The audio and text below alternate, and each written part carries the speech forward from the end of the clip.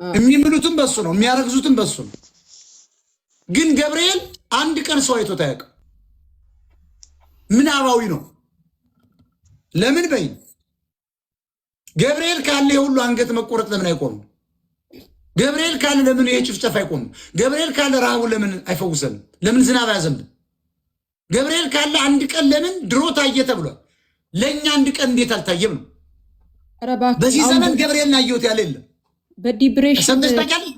በዲፕሬሽን ጠከሻ ላይ ቄጥ ላይ ለምን መሰለች? አረቦች አሁን ጅብሪል ነው አለ የሚሉት። አረቦች የውሃ ችግር አለባቸው። አንድ ሰው ዳይድሬሽን ሲገጥመው አይኑ ይጭበረበራል። ሰው ብታይም ነጭ ነው የሚመስልሽ፣ መላእክት ነው የሚመስልሽ። አይተሽ ከሆነ አሁን ብዙ ኦርቶዶክስ ጾም ያበዛል። 9 ሰዓት ይጾምና የሚበላው ጓያ ነው። የተመጣጠነ ምግብ የለውም። በጾመ ቁጥር የሰው ልጅ ዳይድሬት በሆነ ቁጥር አንጎሉ ይዛባል። ያኔ ሞጣን እያየ ገብርኤል አይቻለሁ ብሎ ይከራከርሻል። ይጭበረበራል ላይ ነው እንጂ ገብርኤል ማንም ሰው አይቶት አያውቅም። ገብቶሻል? አሁን ማርያም እንዲህ ሲነግራት ሰምተናል ምናምን ማን ያየው? እስኪ አንቺ ልጠይቅሽ። ማንም ተረት እኮ ነው ይሄ ራሱ ጂሰስ የሚባል አይዞሽ ተንቀሳቀሽ ብሎሻል። ጽንሱ በዚህ ውስጥ ተንገላበጠ። አሁን ማን አየ? የዚያን ጊዜስ የመጽሐፍ ልምድ ያለው ሰው አለ ወይ? የለም። መኪና የመጣው በ19ኛው መቶ ክፍለ ዘመን በኋላ አይደለም። ይሄ መጽሐፊያው ታይፕራይቱ ጂኒየስ ነው። ወደ መታቅስ የተጀመረው መቼ ነው? ቀለም መበጥበት የተጀመረው መቼ ነው? እንዲው በዚያን ዘመን እነ ማርያም ሲያረግዙ ሲወልዱ ማናየ ብለን ብንጠይቅ ብዙ ነገር መመራመር ይቻላል። ግን ሰው አሁንም ችግሩ ስላለ ይቃወምሻል እንጂ እኔም ማነሳው አሁን ኮሬክት የሆነ ነገር ገብርኤልን አየን ያሉ ሁሉ የአረብ ሀገር ሰዎች ናቸው የሚበዙ፣ በተለይ እስላሞች። እነዚህ እስላሞች ደግሞ የውሃ መጠጥ ችግር አለባቸው። አሁንም ችግር አለ። አድገው ነዳጅ እያላቸው ውሃ እኮ መከራ ነው። ዱባይ እኮ ውሃ እኮ አንድ ውሃ እኮ የምትገዢው እኮ በ50 ድርሃም እኮ አስበሽዋል? 100 ድርሃም። እኔ የምጠጣበት የሆነ ምገባበት ካፌ አለ። አንድ ውሃ የሚሸጠው ስንት ታውቂያለሽ? ኃይለኛ የሚባለው ርካሽ የሚባለው 15 ድርሃም ርካሽ የሚባለው። ጋል ሬስቶራንት ብትገቢ አንድ ውሃ አምጥቶልሽ 1000 ድርሃም ይጠይቅሻል። 1000 ድርሃም እኮ ከጁሚራ ወጠሽ ወይ ምናምን ወጠሽ እኮ አሳ አስጠብሰሽ ምናምን ብለሽ ኢትፍሩት አስመጥተሽ ጠቅላላ ጨፋሪ ሁሉ አምጥተሽ ሄሊኮፕተር ተይዞልሽ ምናምን የምትበይበት ነው 1000 ድርሃም። ግን ጋል ሬስቶራንት ስትገቢ ለወንበሩ ብቻ ለዚህ 12000 ድርሃም ነው ይልሻል። በኪሎ ነው የሚጠፋው። ይሄን ኖር ቋይት ነው ብቻ ነው የሚንቀሳቀሱበት እንጂ ማንም እኮ አይንቀሳቀስም እኮ። ከባድ ነው። ቃጢ አዎ፣ አሁን የሃይማኖት ጉዳይ በጣም የሚናደዱት ሲጀመር ቤቱ የተሰራው በውሸት ስለሆነ ውሸት ደግሞ ትንሽ ንፋስ ሲመጣ ይንገዳገዳል፣ ይበናል። ያው ንፋስ ያወዛወዘው አዋራ በለው። ስለዚህ አዋራው ሲነሳ ደግሞ ንዴት ተናዳጆች ይመጣሉ። እዛ ውስጥ ተጠቃሚዎች አሉ። ህዝብን ለማደንዘዝ የተሰራ ኦልሬዲ የተሰራ ጉዳይ ነው እንጂ ራሱ 2000 ዘመን የሚሉትም ቀኝ ገዢዎች የጻፉት ነው። በጣም ከኢትዮጵያ ኦርቶዶክስ የኢትዮጵያ መጽሐፍ ጋር አይገናኝም። ማኒፑሌት ተደርጓል። ይሄው የምናየው ሁሉ ዘመን አቆጣጠር ብትሉት እነሱ ናቸው የፈጠሩት እና አባ ጎርጎሪዮስ እና ኦልሬዲ ይሄን ነገር አሁን ብናነሳው ረጅም መሬት ያንቀጠቅጣል። ምክንያቱም ኢትዮጵያ ውስጥ በጣም መሻጊና አደገኛ ህዝብ ስላለ መሰሪ ስላለ በአብዛኛው ደግሞ ሰበብ ይወዳል። ያው ድህነቱም መሀይምነቱም ስላለ እንዲህ አይነት ነገር ብታወራ ፐርሰናሊን ነው የሚነኩት፣ ይሄዱብሃል እስከ መግደልም። እንግዲህ ሃይማኖት የትኛውም ሃይማኖት ሰውን ግደል አይልም፣ እስከ መግደል ይሄዳል። አስበው አሁን ቁርአን የምትይው ሰው ግደል አይል። ግን አንዳንድ ቦታ ላይ ያነበብኩት ምን ይላል? መጀመሪያ አለ የሽብርተኛ ሃይማኖት መሆኑን ልንገርሽ። ምን ይላል መሰለሽ? የሆነ ቦታ በጣም ያነበብኩት ልንገርሽ። እንግሊዘኛ አለኝ እዚህ ከአረብ ሀገር ነው ያመጣው። እንዲሁ ይህን ነገር ለምን አላውቅም ብዬ ጠቅላላ በእንግሊዘኛ የጻፉ ምን ይላል መሰለሽ? መጀመሪያ አለ ሙሐመድ እኮ ነው የሚለው ነቢያችን ይላል መጀመሪያ እስላም አርጉ ዓለምን ይላል። ስታሰልሙ በሰላም አርጉት፣ መጀመሪያ ጠይቁት፣ እምቢ ካለ አሳምኑት፣ እምቢ ካለ ግን ታክሴሽን ጣሉበት። ታክስ የማይከፍል ከሆነ ባሪያ አርጋችሁ ግዙት፣ አልገዛም ካለ አንገቱን ቁረጠው ይላል። አይተሻል እንግዲህ ይሄ አሸባሪዎች እምነት እንጂ እኔ እምነት አለው እኮ አሸባሪዎች እምነት ነው።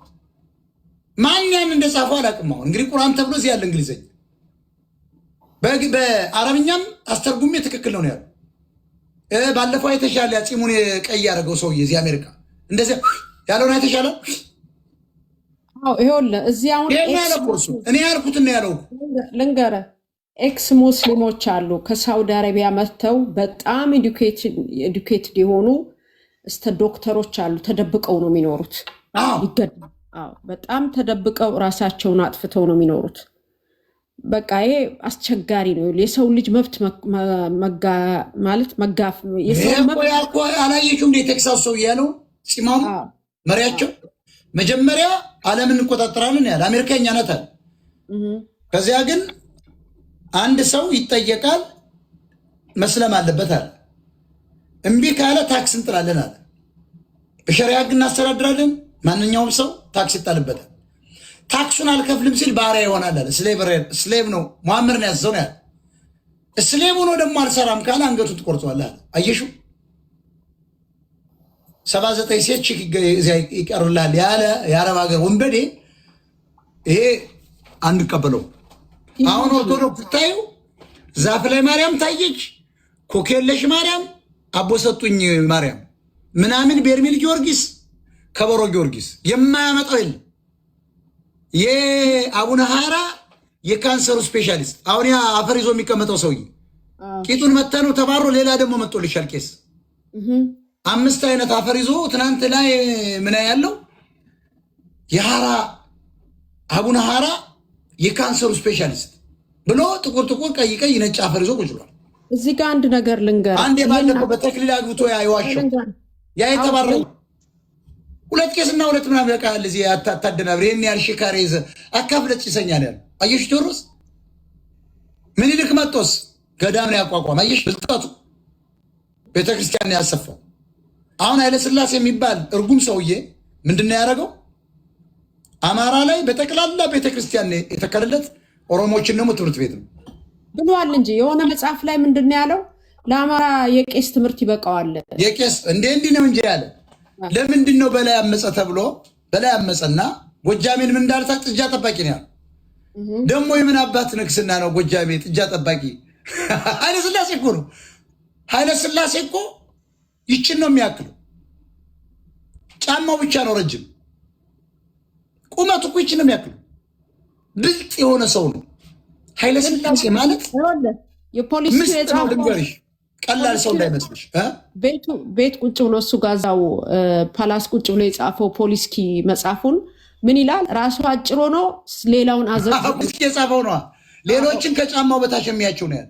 አየሽ ኃይለ ሥላሴ ይችን እኮ ነው የሚያክለው፣ ግን ትላልቅ ሰዎችን ወደታቸው የሚያቸው ከጫማው በታች የሚመለከት። እንደውም ጆን ኤፍ ኬኔዲ ከልጁ ጋር ፎቶ አለ ይልክላለሁ በውስጥ የጆን ኤፍ ኬኔዲ የሚያየው አለ። እና ሰውየው ኢሜጁ ትልቅ ነው። በነገር ላይ ኢሜጁ ገንብቷል። ኃይለ ሥላሴ በጣም ብዙ ተከታዮች አሉ። ገሎት ነው ሄደ። እያሱን እኮ ሲፈረጥጥ ገሎት ነው መጀመሪያ ሄደ። አየሽ እንደሚነግስ ስለሚያውቅ እያሱን ገሎት ነው ሄደ። ታውቂያለሽ፣ ሰው አሁን አያውቅም። እኔ ያገኘሁት ነጭ የጻፈው መጽሐፍ ላይ ነው። አየሽ ትራጀዲ ነው የእሱ ህይወት በአጠቃላይ። የሆነ መጽሐፍ አገኘው እንጂ የቆየ መጽሐፍ ላይ በራሪ ደግሞ የኢትዮጵያ ምን አባቱ አድርጎ ነው እዚህ ደግሞ ያስቀመጠው ብዬ ማንበብ ጀመሩ። ምን ይላል? ኃይለ ሥላሴ በ5 ዓመት ጦርነት ሲፈረጥጥ ይላል። ፈርጣጭ ነው የሚለው እንደውም ነጩ በጣም ፈርጣጭ ነው አለ። ቴዎድሮስን ያደንቀዋል። ምኒልክንም እንደ ንጉሥ ያየው። ከዚያ ምን አለ? ኢያሱ የተባለ ይነግሳል ብሎ ስላሰበ ቀድሞ ገሎት ይሄዳል። አየሻል? ልክ ነው። ቢረጋጋ ቀድሞ ይነግሳል ብሎ ስላሰበ ነው አለ። ብለድ ላይኑ ኢያሱ ነበር መንገስ የነበረበት ብለድ ላይኑ ኢያሱ ስለሆነ ነው።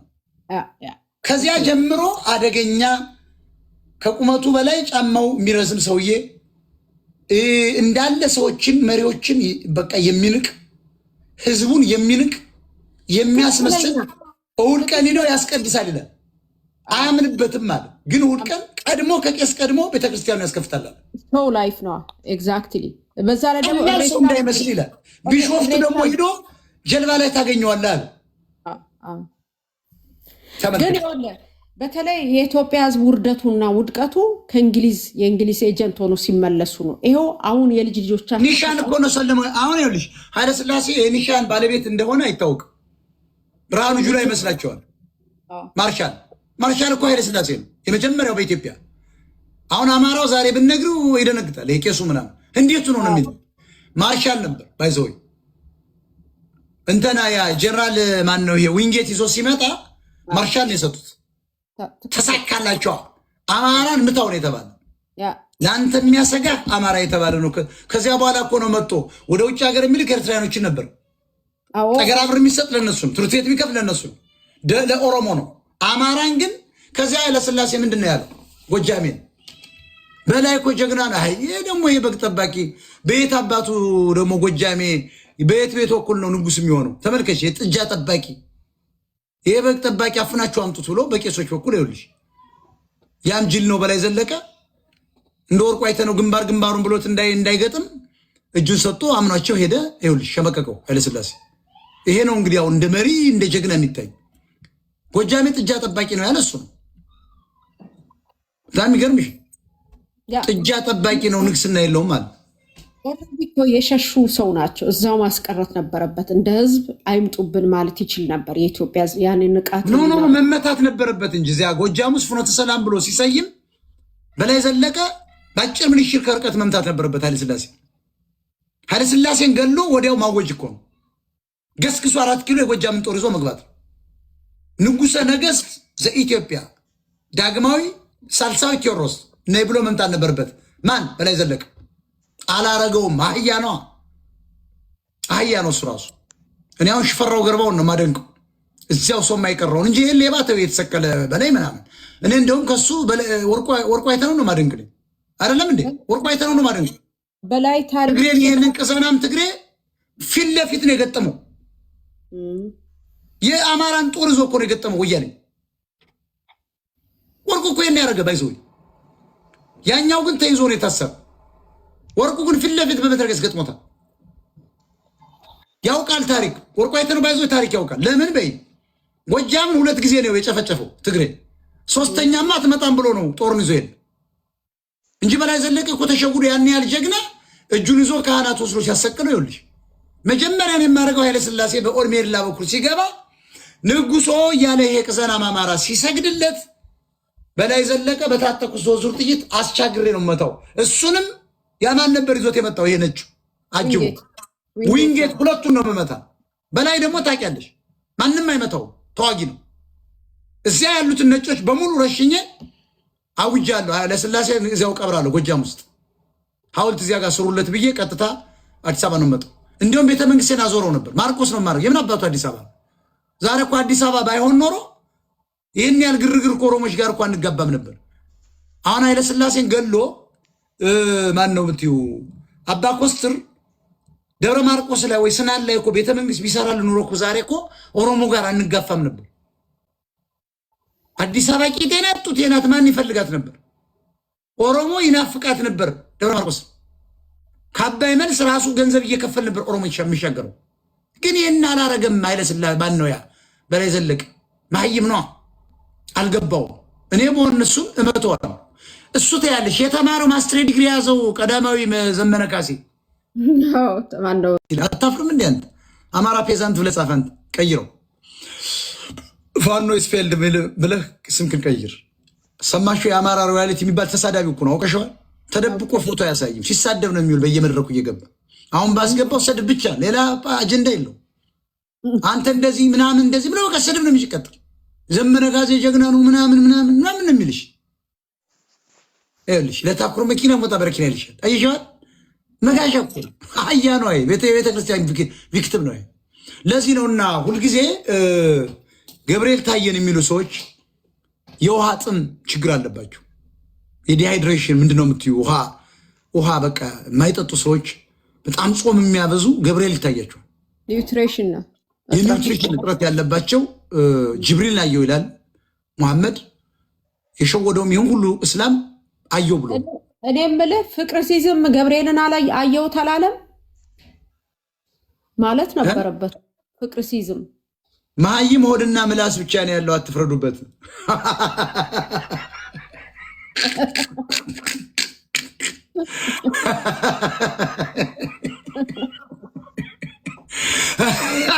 ኮመንት ኃይለኛ ነው፣ በጣም ኃይለኛ ኮመንት ነው። እንዳልከው ኮሜንታተሩ ማን ነው? አንቺ የሆነ ኮሜንት አይችልም። አየሻለሽ? ትክክለኛ ኮሜንት ነው።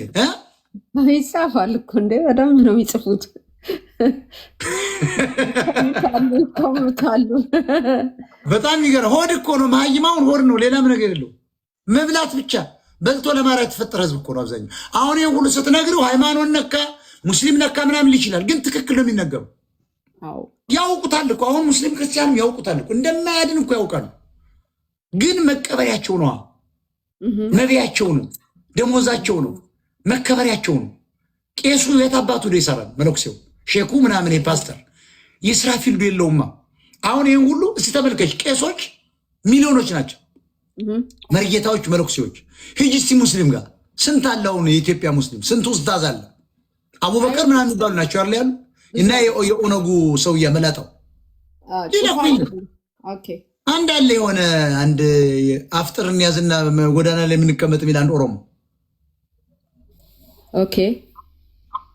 ሙጂቡ ነው ሀጂቡ ምናምን ወጀቡ ነው ምናምን የሚባል ሰውዬ እስቲ ጻፉ።